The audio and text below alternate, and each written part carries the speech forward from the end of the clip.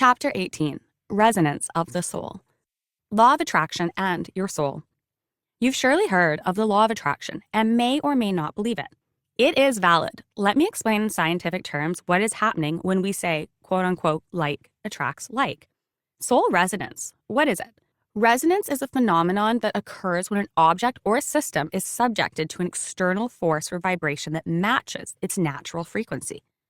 When this occurs, an object or system, aka your body, which is an electrical piece of equipment, as you've already learned, is subjected to another external force or vibration that matches its natural frequency. It amplifies it. Essentially, it is when one thing naturally vibes with another, amplifying the effect. It's kind of like when you put two best friends together that are very similar with the same vibe and frequency, and it amplifies their frequency as a duo. Frequency and vibration create soul resonance. Synchronicity occurs with the two entities when they vibrate at the same frequency. It's not just about physical objects. As a human, you do the same thing. It is your soul that does it. Chapter 19, Soul Health. Just as we can imprint upon the world and record what we create and make, we are still connected to those records. And sometimes the things we create we no longer want to be corded to that person, place, or thing. Suddenly, we feel like we've left a piece of ourselves somewhere, and it is not with us anymore. This is called soul loss, which is caused by soul fragmentation. What is soul loss? It's a lack of grace, peace, and ease resulting from poor soul health, and from a more profound dissonance within. The search. The search for answers to life's challenges and dilemmas is known as soul searching. When we suffer from soul loss, our life essence or soul hides and shuts away, preventing us from realizing and experiencing our full human potential. We frequently fully repress or block off entire facets of our psyche. Soul searching, noun, deep or critical examination of one's motives, actions, and beliefs. Adjective, displaying the characteristics of deep or painful self-analysis. Most people use the term soul searching to describe the process of challenging our beliefs, routines, and motivations in order to find pleasure and truth. Soul loss, noun, the soul's departure from the body and failure to return. In many pre-literature cultures, soul loss is believed to be the primary cause of illness and death. Etymology, a soul retrieval is a powerful spiritual practice that heals soul loss. Soul loss can occur whenever we have trauma in our life. For example, we may experience soul loss if we are in an accident, undergo a serious operation, or suddenly lose a close friend or family member. From ancient wisdom, soul loss is perceived as the soul's temporary exodus from the body. In many pre-literature societies, this exodus was often viewed as the root cause of body ailment and mortality. When we speak of people walking this earth that have no soul home, we must clarify that this does not mean they have no soul. Their soul simply is not home. This is an important distinction not to be missed. These people are called empty vessels, shadows of their radiant selves, akin to an empty vessel devoid of the soul's luminance. To witness it is uncannily reminiscent of the clinical term disassociation, where the mind severs itself from immediate reality. Just as a disassociation manifests physically, soul loss echoes a spiritual fracture, an amnesiac state where the body lingers but the soul drifts untethered. Soul health. Measuring the immeasurable is an emerging field such as quantum physics that is now on the brink of recognizing the ethereal, our soul. Conceived as imaginary energy once, this force interlinks with our physical shell, shaping and guiding it. But with discernible vital signs for the body, how do we assess the soul's vigor? The soul's vitality manifests in tangible ways. It's the undeniable bounce in our step and the irresistible sparkle in our eye, and it has an uncanny knack for manifesting our desires. When our inner essence aligns with our external world, every wish seems to come to fruition with ease. We become masters of our own reality, winning at the game of manifestation. This seamless alignment, this synchronization of inner and outer world, is the sweet spot where the soul health thrives. Chapter 20, Empty Vessels. Soul fragmentation. What is the opposite of a souled individual? An empty vessel. How does one go from being a souled individual to an empty vessel? Through soul fragmentation, which is caused by soul loss. Fragmentation of souls occurs when we have lived through traumatic events in the past that have been too painful to want to remember, so we split a part of ourselves and leave it in that timeline. When the soul, or most authentic essence, finds itself imprisoned, tethered, or left behind due to a person or experience, it experiences soul loss through this fragmentation. The term empty vessels hints at beings that have lost their vibrant core or have been held captive to another place or even time. How can a soul be held captive to time? Think about how many people you know whose lives revolve around something that happened 10 years ago. Maybe a divorce or an accident left a piece of their soul in that space of quote unquote time. This is why those people constantly speak of that past situation, because a piece of them is still trapped in it. And until it is recalled, they are tethered to that moment, and it will continue to pull on their energy. Unlike the evident constraints of the physical, the spiritual entrapment lurks in the shadows. Questions arise. Can such a fluid, intangible force such as the soul be displaced, extracted, or even relocated to a different vessel? Yes, it can. In the past, it was known that you could extract the soul from the body, and this practice is coming back into trend. The practice of disembodying souls through the practice of separating the soul and the body and trapping it in a pillow has been well documented historically and was widely used as a practice in Israel in the past. This separation and entrapment is what is about to come back into style in practice and usage, only this time, it's not a pillow it's going to get trapped in, it will be a chip. Remember you learned that your soul and your consciousness are tied, both separate from the body? There are many brain chips coming to market that will allow you to upload your mind through an interface called Neuralace. Neuralace is a form of brain-computer interface, known as BCI, which facilitates a direct communication pathway between an enhanced or quote-unquote wired brain and an external device. These emerging technologies, which have now actually begun human trials, claim that you will be able to upload and download your mind, aka your consciousness, and transfer it to or from a device. But what exactly is being transferred? Think about that. Now, back to empty vessels. If the soul is no longer home in a body, what do you call a body with no soul? No observer for the life being lived. An empty vessel. Soul fragmentation is when the soul inhabiting a human has cracks and spaces where the soul used to flourish. True to its name, fragmentation signifies a splintering of our very essence due to the diverse experiences, choices, or soon due to uploading it out of the body.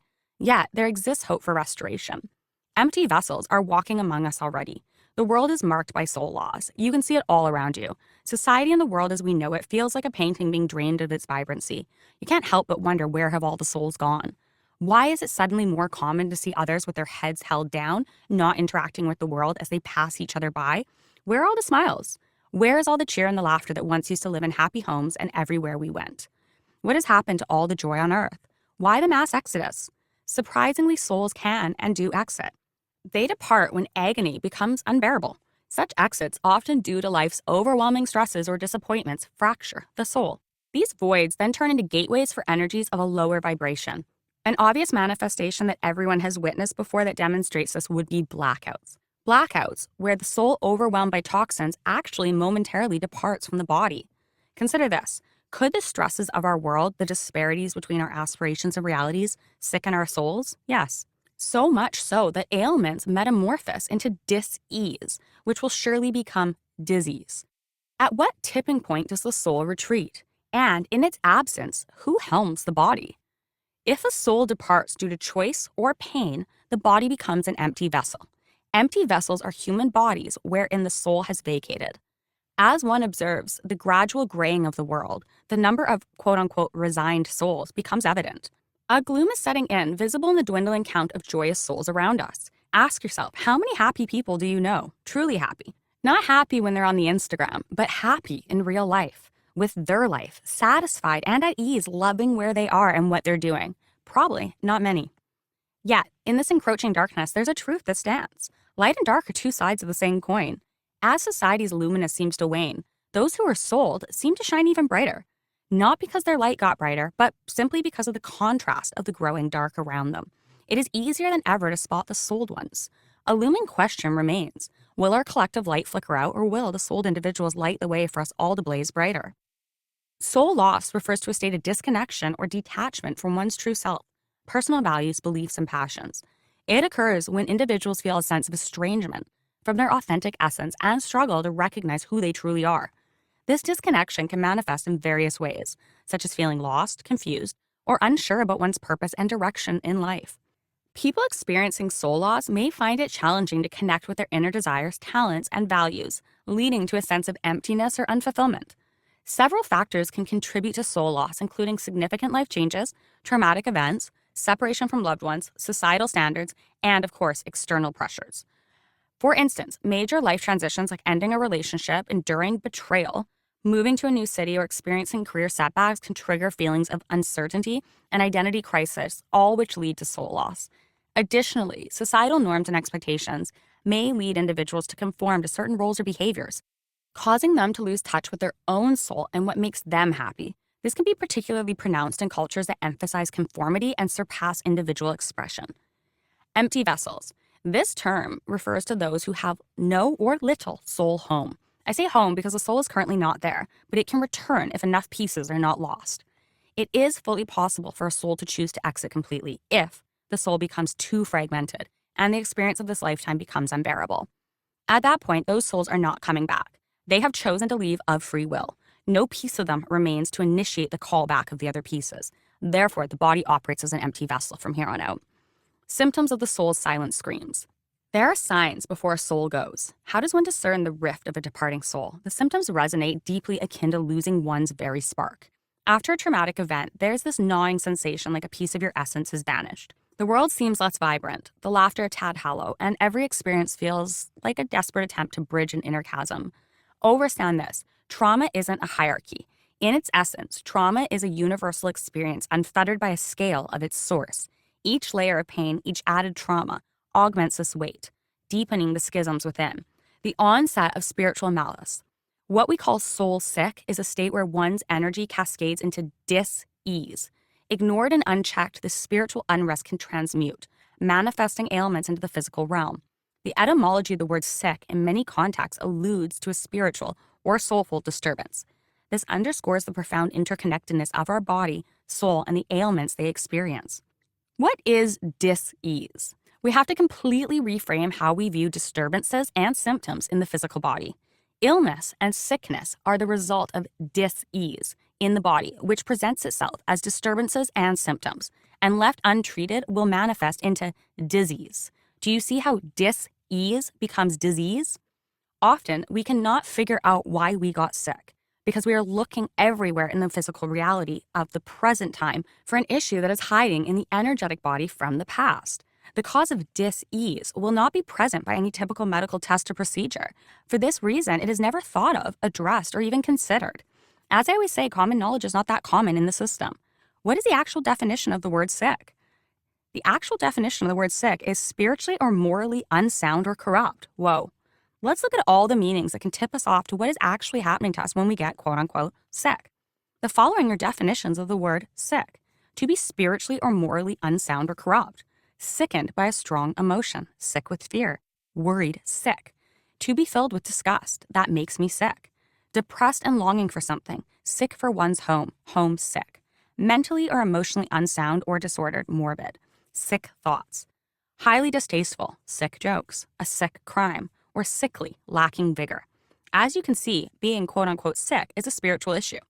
None of these examples need explanation. You now know exactly what all of those definitions mean, and I bet you just had an epiphany hearing those analogies.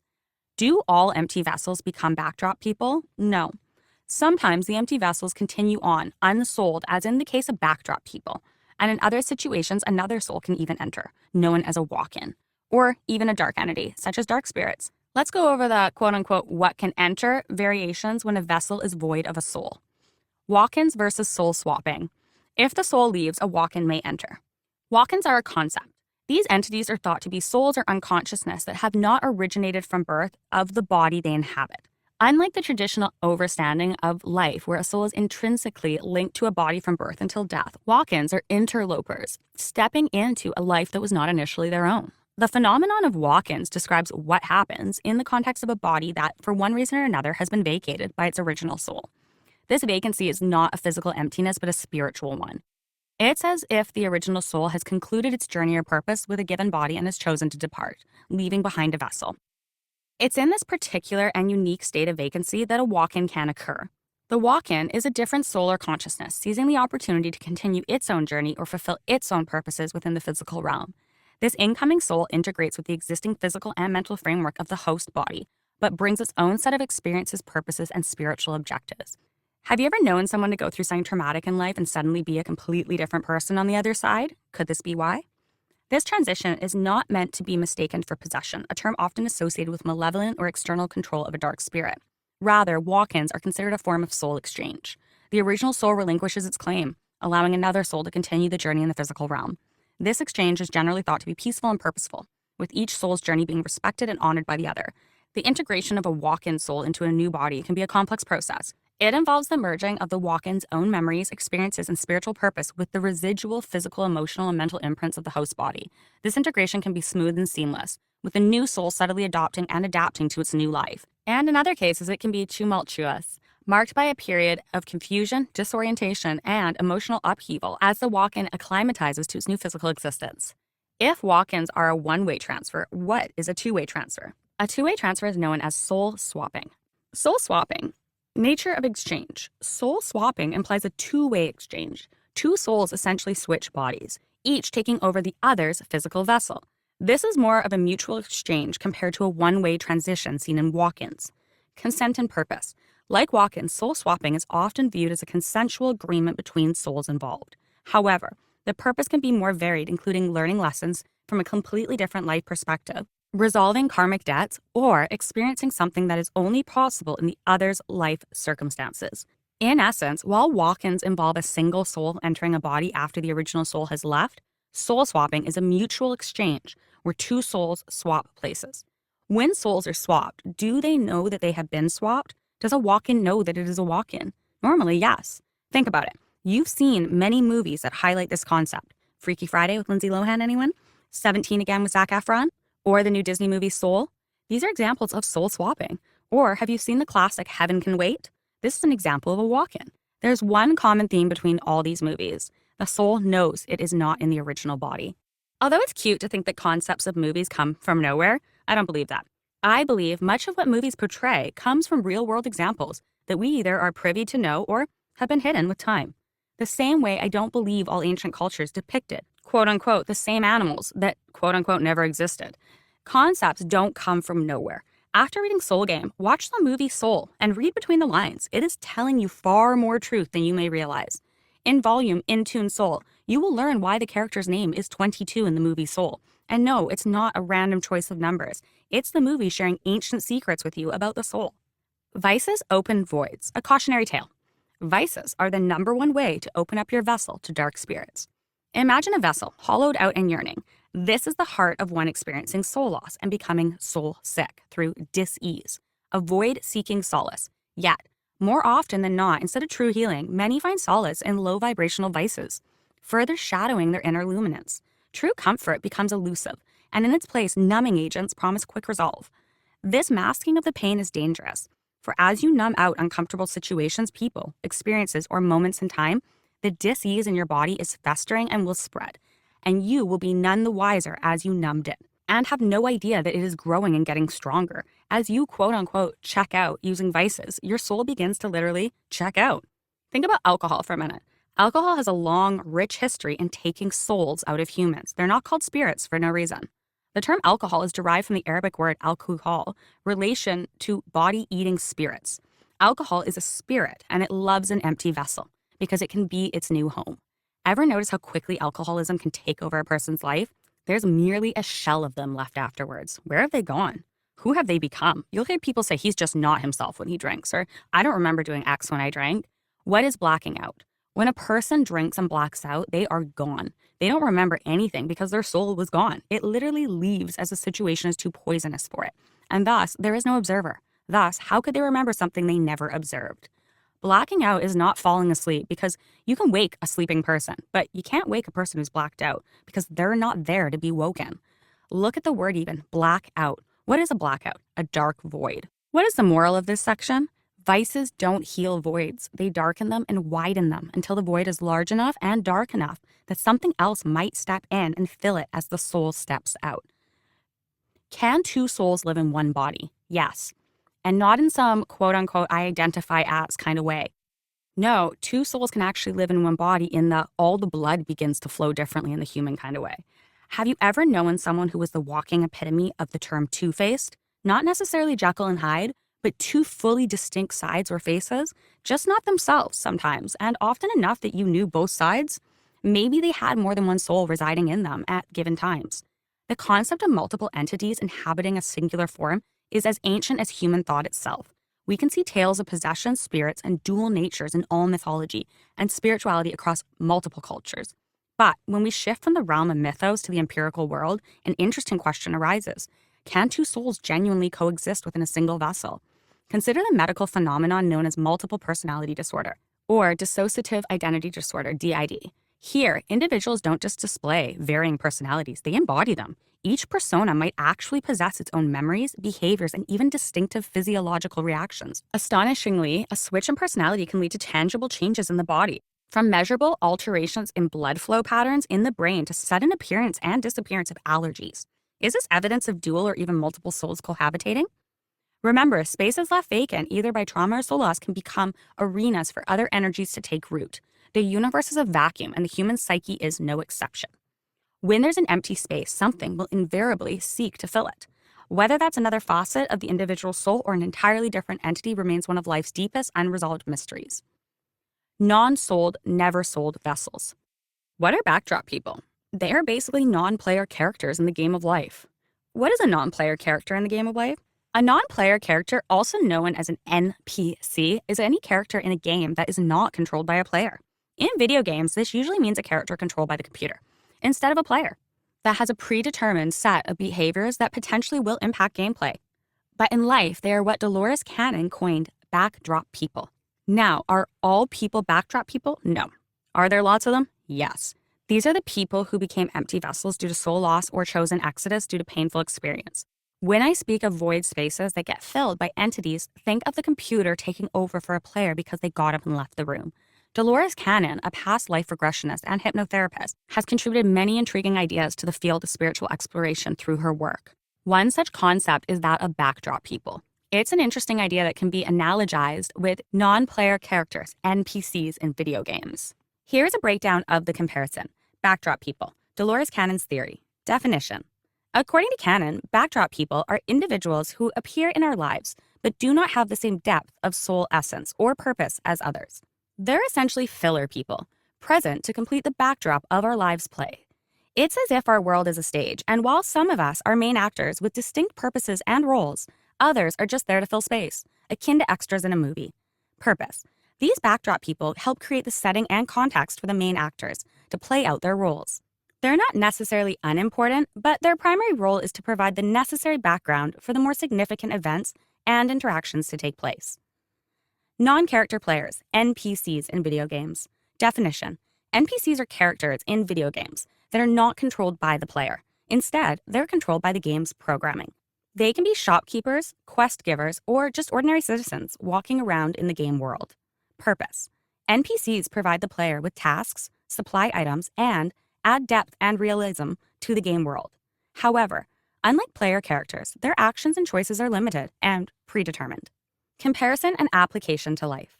Drawing a parallel between these two concepts, Cannon's backdrop people are analogous to NPCs. Just as NPCs are not the main focus in a video game, but still play a role in enhancing the player's experience, backdrop people might not have intricate personal spiritual journeys, but still contribute to the overall narrative of our shared reality.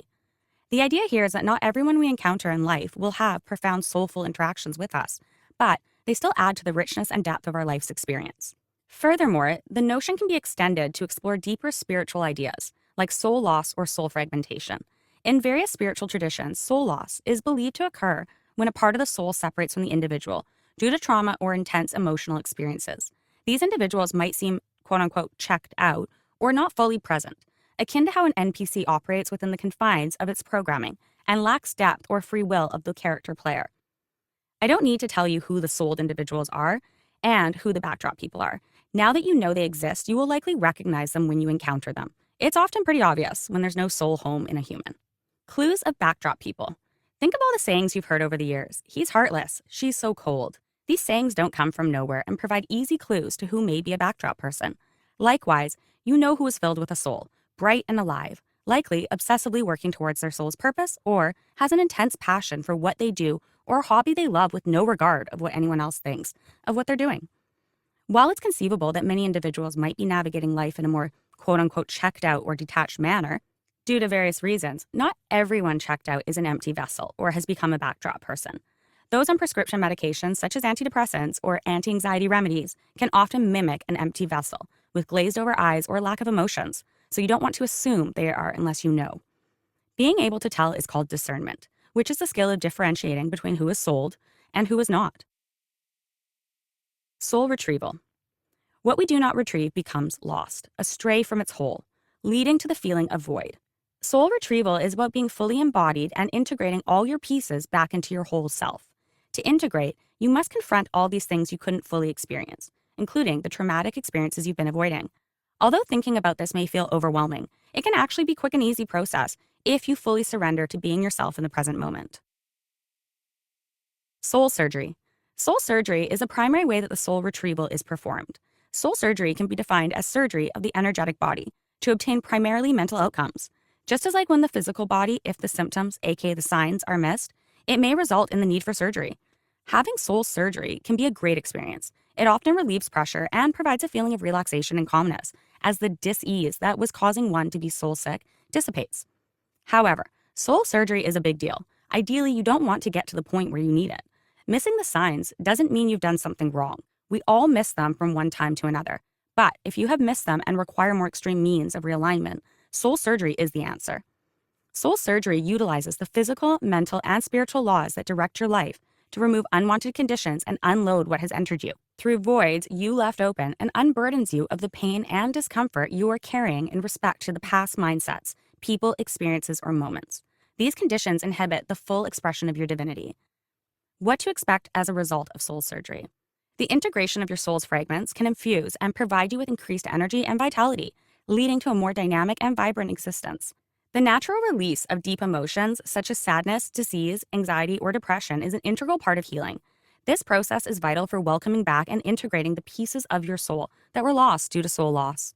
Following soul surgery, there is a heightened sense of clarity of purpose, direction, and next steps in life. This deeper insight facilitates the reconnection and the return of your soul's missing fragments, allowing you to gracefully let go of all that was keeping you fragmented. Once all the pieces of a soul are reunited, there is often an elevation in the ability to direct one's power in life with more confidence and force, which will be evident in the improved ability to make decisions, dedicate, and follow through. It is also common for all senses to heighten as a soul is put back together. This includes the 5 typical senses we are taught, as well as the amplification of the spiritual senses. The spiritual senses are discussed in detail in volume Free Me. Let me reiterate, do not allow it to get to this point. If you have, fix it and then promise yourself that you will never allow it to reach this point again. Just as any good heart surgeon would say confidently and sternly that you should put the hamburger down after bypass surgery, do not allow yourself to get to the point where you need additional soul surgery. Remember, the soul retrieval process is personal, and although many feel sleepy and relaxed following soul surgery, some do experience extreme mental pain, the opposite, as the painful memories come up to come out. Who to hire? Cautions when working on your soul. If you are having surgery on your physical body, you want the best surgeon, right? You want the best qualified person to deal with your energetic body as well, your soul. It is not advised to just hire anyone. Do not, I repeat, do not just hire someone off the internet or Instagram. Take time to seek out professionals with generational, cultural experience and a track record. Always keep in mind that you are initiating an energy exchange when you invite anyone to work on your soul or your energy. Just as we discussed not leaving open spaces for entities anytime you work on your soul, you are opening it up with that person. Generational cultural heritage is the qualification you want to look for, as the best magic has been lost over the years. Still, it has been retained in shamanism and ancient cultures that preserve the sacredness and seriousness of working on another's soul. Beware, there are far too many soulless Instagram girls who offer to work on others' souls. Never do soul surgery or any experience when the soul is opened to release negative energy in a group setting. For example, plant medicine experiences that offer soul healing have everyone in the group open up their soul and let their negativity, pain, and dark entities out at the same time. Think about that. You're open as they release their quote-unquote demons into the room. Not to say that these people in the room are demonic, but their pain and demons are coming out, and you do not want them getting in by default. In extreme cases, know that positions of healing can attract the wrong type of practitioner who has ill intentions and purpose. Opening up your soul puts you in a vulnerable state for another to energy harvest off of you. You'll know who these charlatans are because they'll be boastful and loud about what they do, constantly validating themselves publicly at the expense of sharing others' stories of pain. Soul surgery is deeply personal and should be kept in the personal realm. If a practitioner is online sharing the pain of others loudly and proudly, know this is energy harvesting before your eyes. They are getting off on what they are gaining from someone else's pain.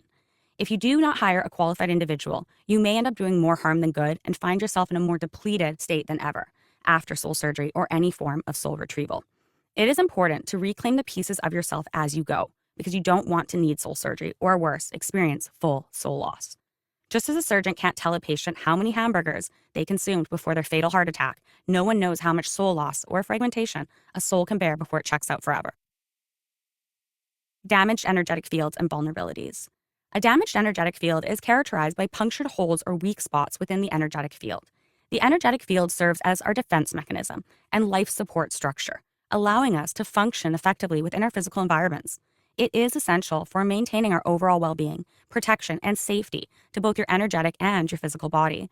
When our energetic fields are damaged, these spots become vulnerable to outside energies and entities. These can be positive and negative. In some cases, authentic and pure intention connections create positive cords, allowing for an equal exchange of energy, support, love, and appreciation between individuals. This mutual connection can be nurturing. However, open spots and damaged energetic fields can attract negative energies and entities.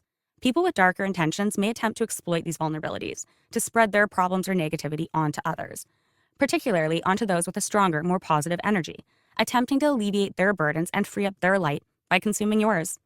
As a result, the more holes we have in our energetic field, the more susceptible we become to these negative influences and attracting the wrong people, experiences, and entities.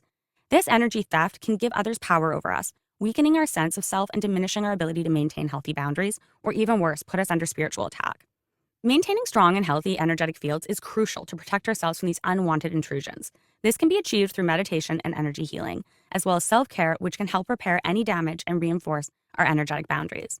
By keeping our energetic fields intact, we can maintain our personal power and effectively safeguard ourselves against any negative influences of others.